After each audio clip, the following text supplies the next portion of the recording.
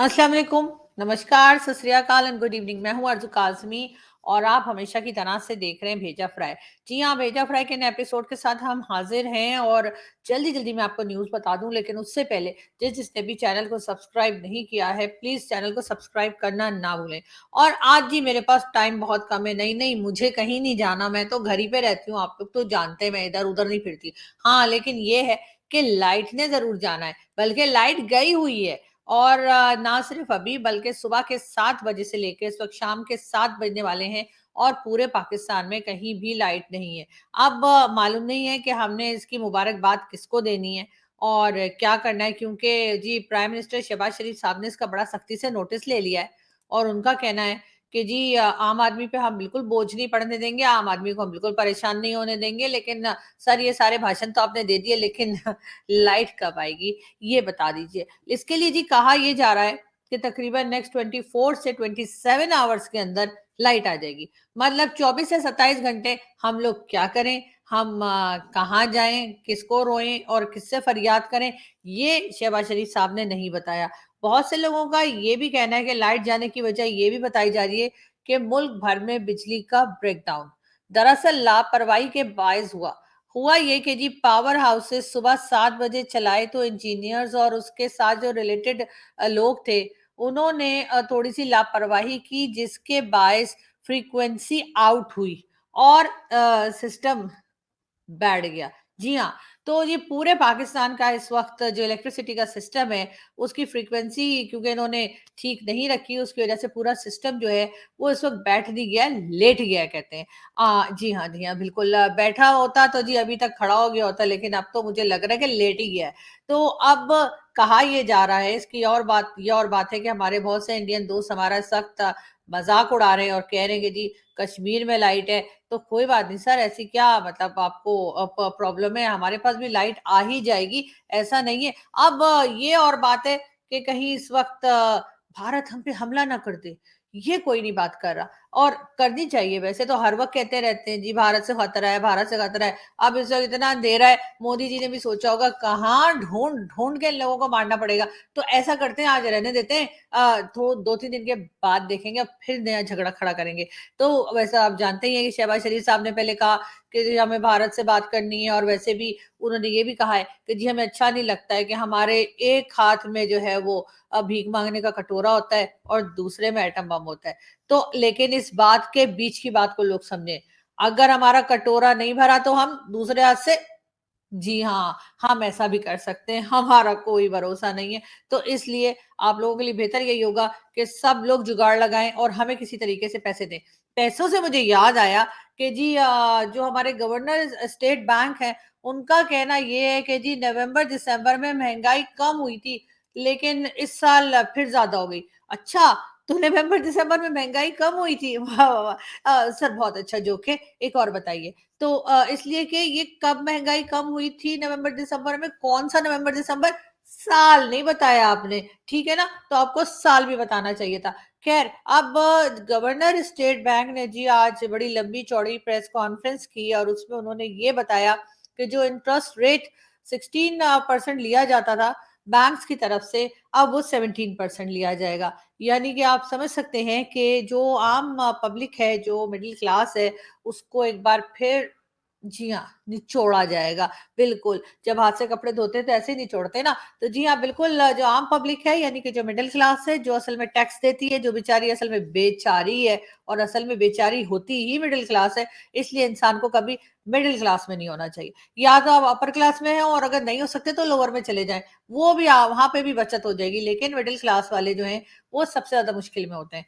तो बहरहाल अब जी गवर्नर स्टेट बैंक का ये कहना है कि जी अब 16% के बजाय 17% इंटरेस्ट रेट जो है वो लोगों के पैसों में से ये काट खाएँगे। उनका ये भी कहना है कि जी डॉलर क्योंकि आ नहीं रहे तो हम बहुत परेशान हैं। आईएमएफ से बातचीत चल रही है और जैसे ही मामला तय होता है फ़ौरन ही डॉलर आना शुरू हो जाएँगे। लेकिन उसके बाद क्या होगा ये उन्होंने नहीं बताया। बहरहाल आज उनकी काफ़ी लंबी-चौड़ी भाषण थी और उसके जवाब में सिर्फ़ यही पता लगा कि जिन लोगों ने बैंक में पैसे रखे हैं या रखने का इरादा रखते हैं या कोई और सूरत नहीं है उनके पास कहीं और रखने की, तो उनके पास से मजीद पैसे गवर्नमेंट काट खाएगी।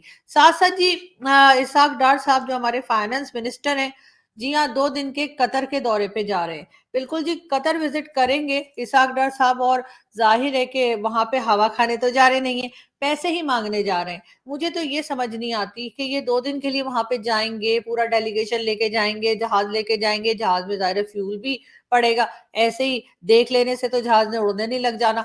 तो फिर आखिर ये जा क्यों रहे हैं? ये तो फोन पे भी मांग सकते हैं ना, उन्होंने देना हुआ दिया, नहीं देना हुआ ना दिया। ठीक है जी, 1 रुपए 20 पैसे की कॉल ही तो लगनी है, बल्कि और भी नहीं, व्हाट्सएप पे करें। व्हाट्सएप और फ्री है, आप लोग तो सब जानते ही हैं। मैं तो सबसे व्हाट्सएप पे ही बातें करती हूँ। तो बहरहाल मैं ये बता रही थी कि इसाक डार साहब जो हैं उनको चाहिए कि वो बजाय इसके कि अपना डेलीगेशन लेके कतर जाने के चक्करों में है, बल्कि जा भी चुके होंगे वैसे, तो अभी तक खैर मैंने वीडियो लेट बना दी, हमेशा ही देर कर देती हूँ, कोई बात नहीं। लेकिन खैर अगली बारी के लिए, अभी कतर आखिरी मंजिल तो नहीं है ना, अभी आगे मंजिलें बहुत हैं हमारी गवर्नमेंट के लिए, स्टैब्लिशमेंट के लिए, फौज के लिए, एजेंसीज के लिए, जहां जहां जाकर इन्होंने अभी भीख मांगनी है। तो जी अगर ये जहाज में जाने के बजाय, कोई प्लेन हायर करने के बजाय, पेट्रोल डालने के बजाय, इतना सारा डेलीगेशन ले जाने के बजाय, अगर ये व्हाट्सएप पे बात कर लेते, तो मेरा ख्याल है पैसे भी बच जाते, और दे तो वो देते ही, क्योंकि जाहिर है जिस तरह से हमें आर्ट आता है मांगने का, वो तो पूरी दुनिया में किसी को भी नहीं आता। मैं तो कह रही हूँ एक बार मोदी जी को भी ट्राई कर ही लें तो अच्छा है। वैसे भी मैंने सुना है कि जल्दी मतलब मान जाते हैं, तो शायद हो सकता है कि वो भी मान जाए, देना भी आसान होगा, इसलिए कि बिल्कुल साथ वाली कंट्री है। तो वहां पे वाघा बॉर्डर से जाके भी आप ला सकते हैं, करतारपुर कॉरिडोर की तरफ से भी जा सकते हैं। मतलब वो एरोप्लेन का और इस किस्म के ये खर्चे भी नहीं होंगे। पैदल गए और वहां बस जो गेट लगे हुए हैं उसके उधर से मोदी जी ने यहाँ पे थैले पकड़ा देने पैसों के, और हमने लेकर आ जाने। बाद में ठीक है, जब वो मांगेंगे तो आप फोन मत उठाइएगा, कहिएगा आपने भी तो इमरान खान का फोन नहीं उठाया था, हम भी आपका फोन नहीं उठाते वापस जब पैसे मांगने की बात होगी। लेकिन खैर, वो वापसी की बात तो तब होगी ना जब वो देंगे, लेकिन वो देंगे तो तब ना जब हम मांगेंगे। हम मांग ही नहीं रहे, पता नहीं क्या सोच के बैठे हुए, पूरी दुनिया से भीख मांग रहे हैं, लेकिन अपने लोगों से नहीं मांग रहे, जो हमारी जबान भी समझते हैं, जो हमारी हरकतें भी समझते हैं, जो हमें बहुत सच्चे से पहचानते हैं, उनसे हम नहीं कह रहे। वहाँ उसकी एक रीजन ये भी है कि हो सकता है मना कर दें, हो भी सकता है, क्योंकि जाहिर है कि वो हमें इतना पहचान चुके हैं कि मुझे नहीं लगता कि वो इतनी आसानी से पैसे निकालेंगे। लेकिन फिर भी थोड़ी सी मेहनत करेंगे तो थोड़े बहुत मिल ही जाएंगे, क्योंकि अपने लोगों के टैलेंट पे मुझे पूरा यकीन है। अगर कोई हमारे फाइनेंस मिनिस्टर हो गए, प्राइम मिनिस्टर हो गए, दूसरे जितने मिनिस्टर्स हैं, अगर उनसे काम ना चले तो आर्मी चीफ को भिजवा दिएगा। पहले भी तो जाते रहे ना, बाजवा साहब भी तो जाते थे, सऊदी अरब भी जाते थे, चाइना भी जाते थे, अमेरिका भी जाते थे, और अभी भी जो नए आर्मी चीफ आए उन्होंने भी आते के साथ ही बेचारे काम धंधे पे लग गए। तो उनको कहेंगे तो वो भी जाके शायद बात कर ले। तो ऐसे ही आइडिया दे रही थी मैं, बाकी तो लोगों की मर्जी है कि वो क्या करते हैं और क्या नहीं करते। बहरहाल इधर से हम एक वीडियो देखते हैं, फिर बात करते हैं। ਹੈਲੋ ਜੀ, ਸਤਿ ਸ਼੍ਰੀ ਅਕਾਲ, ਅਸਲਾਮ ਵਾਲੇਕੁਮ। ਨਾਸਰ ਭਾਜੀ ਨਾਲ ਨੇ ਮੇਰੇ, ਇਹ ਤੁਹਾਨੂੰ ਬਹੁਤ ਹੀ ਇੱਕ ਇੰਪੋਰਟੈਂਟ ਗੱਲ ਦੱਸਣਾ ਚਾਹੁੰਦੇ ਨੇ। ਭਾਜੀ ਪਲੀਜ਼ ਦੱਸੋ। ਦੇਖੋ, ਇੱਕ ਮੈਸੇਜ ਵੀ ਹੈਗਾ ਤੇ ਇਹਨੂੰ ਜ਼ਰਾ ਗੌਰ ਨਾਲ ਸੁਣਨਾ, ਕਿ ਜਿਹੜੇ ਲੋਕਾਂ ਨੂੰ ਲੱਗਦਾ ਹੈ ਕਿ ਪੈਸੇ ਨਾਲ ਖੁਸ਼ੀ ਨਹੀਂ ਮਿਲਦੀ, ਉਹ ਸਾਰਾ ਪੈਸਾ ਮਿਲਦੇ ਨੇ।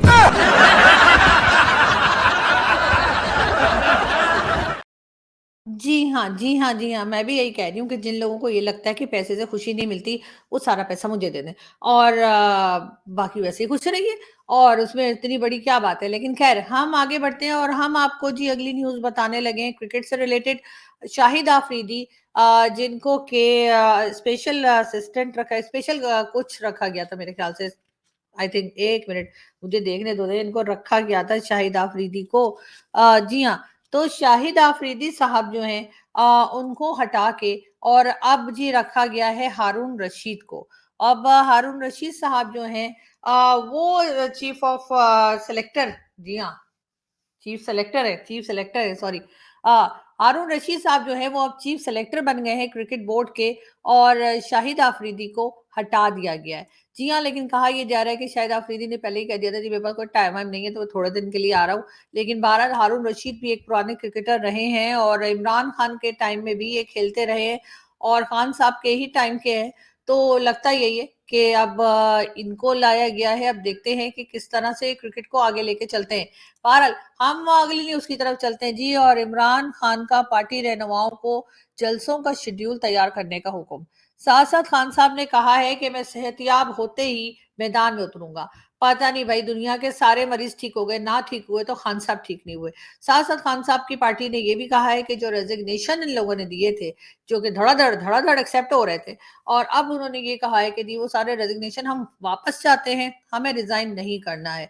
अब देखते हैं कि वो रेजिग्नेशन इन्हें वापस होते हैं या नहीं होते। साथ साथ जी पंजाब में नए चीफ मिनिस्टर लगा दिए गए हैं, यानी कि नए केयर टेकर चीफ मिनिस्टर जो है मोहसिन नकवी साहब को लगा दिया गया है। और कहा यह गया है कि जी इलेक्शन कमीशन ने ही लगाया उनको, लेकिन साथ साथ ये भी कहा जा रहा है कि ये 3 महीनों के लिए नहीं, 2 साल के लिए आए हैं। जी हाँ, जो केयर टेकर गवर्नमेंट आ रही है थोड़ी थोड़ी करके, चाहे वो केपीके की हो, चाहे वो पंजाब की हो, उसके लिए कहा यही जा रहा है कि वो लोग 3 महीने के लिए नहीं बल्कि 2 साल के लिए आ रहे हैं। इसका मतलब यही है कि 2 साल तक पाकिस्तान में इलेक्शन होने के चांसेस हमें कम कम ही नजर आ रहे हैं, क्योंकि ये खबरें बहुत ज्यादा गर्म है कि जी मोहसिन नकवी साहब भी 2 साल रहने वाले हैं, और उसके साथ साथ केपीके में जो केयर टेकर चीफ मिनिस्टर लगाए गए हैं वो भी 2 साल रहेंगे, यानी कि इमरान खान को लेने के देने पड़ गए। साथ हम चलते हैं जी अगली न्यूज की तरफ, और ये है जी राव अनवार समेत तमाम मुल्जिमान को बरी कर दिया गया है।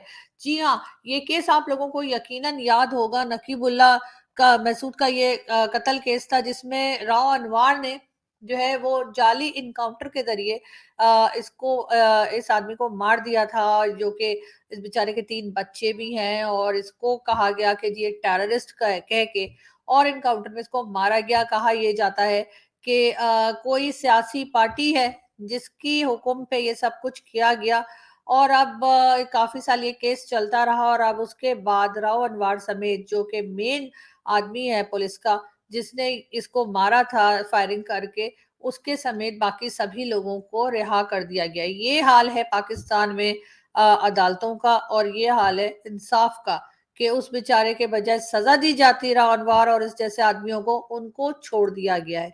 और कहा यही जा रहा है कि जी पीपल्स पार्टी इसके बैक पे है, और जरदारी साहब की सपोर्ट ये राव अनवार को हासिल है। अब उसके बगैर तो जाहिर है इतना बड़ा कांड हो भी नहीं सकता। तो आप समझ सकते हैं कि यहाँ पे किसी की जान की क्या कीमत है। साथ साथ जी मैं आपको बता दूं कि जी वफाकी वजीर तवानाई, जी हाँ, खुर्रम दस्तगीर साहब का कहना है कोई बड़ा फॉल्ट नहीं आया, अगले 12 घंटे में बिजली बहाल हो जाएगी। सर अभी तो 12 तो क्या 13 घंटे 14 घंटे हो गए हैं, और कहा यह जा रहा है कि 27 से 24 आवर्स लग सकते हैं। तो आप जरा सा अपना स्टेटमेंट देने से पहले कुछ मालूमात जमा कर लिया करें, अपने लोगों से कहा करें कि आपको बता दें तो अच्छा होगा, बजाय इसके कि आप यहाँ वहां की फेंकते हैं और उसके बाद पब्लिक को बोर करते हैं। अब लाइट नहीं है, मेरे घर में भी खैर अर्जेंट पावर सप्लाई जैसे कहते हैं यूपीएस बोले तो वो लगा है। तो अब कितनी देर चलने वाला है पता नहीं, सुबह से तो चल रहा है बेचारा, लेकिन अब मुझे लगता है कि बस उसका टाइम आ गया है, और थोड़ी ही देर में मैं भी एक तरह से अंधेरे में लालटेन लगा के या मोमबत्ती जला के कैंडल कैंडल लाइट डिनर करने वाली हूँ। खैर आगे बढ़ते हैं हम। पीटीआई के 44 जो मेंबर्स हैं असेंबली ने, उन्होंने अपने रेजिग्नेशन वापस लेने का फैसला किया है। ये मैंने आपको बताया था। अब देखते हैं कि वो फैसले पे कायम रहते हैं और रेजिग्नेशन वापस मिलता है या नहीं। मगर इसके साथ साथ जी शेख रशीद साहब का कहना है अगर इमरान खान को गिरफ्तार किया तो इनकी तस्वीर इलेक्शन लड़ेगी। मतलब ये कि कमाल ही हो गया। शेख साहब तो मतलब कुछ भी बोलते हैं, मगर खैर शेख साहब का अपना एक मसला है, और वो जानते हैं कि इस वक्त उनके पास कोई और रास्ता नहीं है सिवाय इसके कि वो इमरान खान का साथ दें, और इमरान खान के अलावा कोई दूसरी पार्टी उनको लिफ्ट भी नहीं करा रही। वीडियो देखते हैं। एक आम आदमी ये सवाल उठाता है कि इनको क्यों मुंतखब करवाया गया, इनको क्यों जो है वो जितवाया गया। तो ये एक आम आदमी ये सवाल उठाता है कि इनको क्यों मुंतखब करवाया गया, इनको क्यों जो है वो जितवाया गया। तो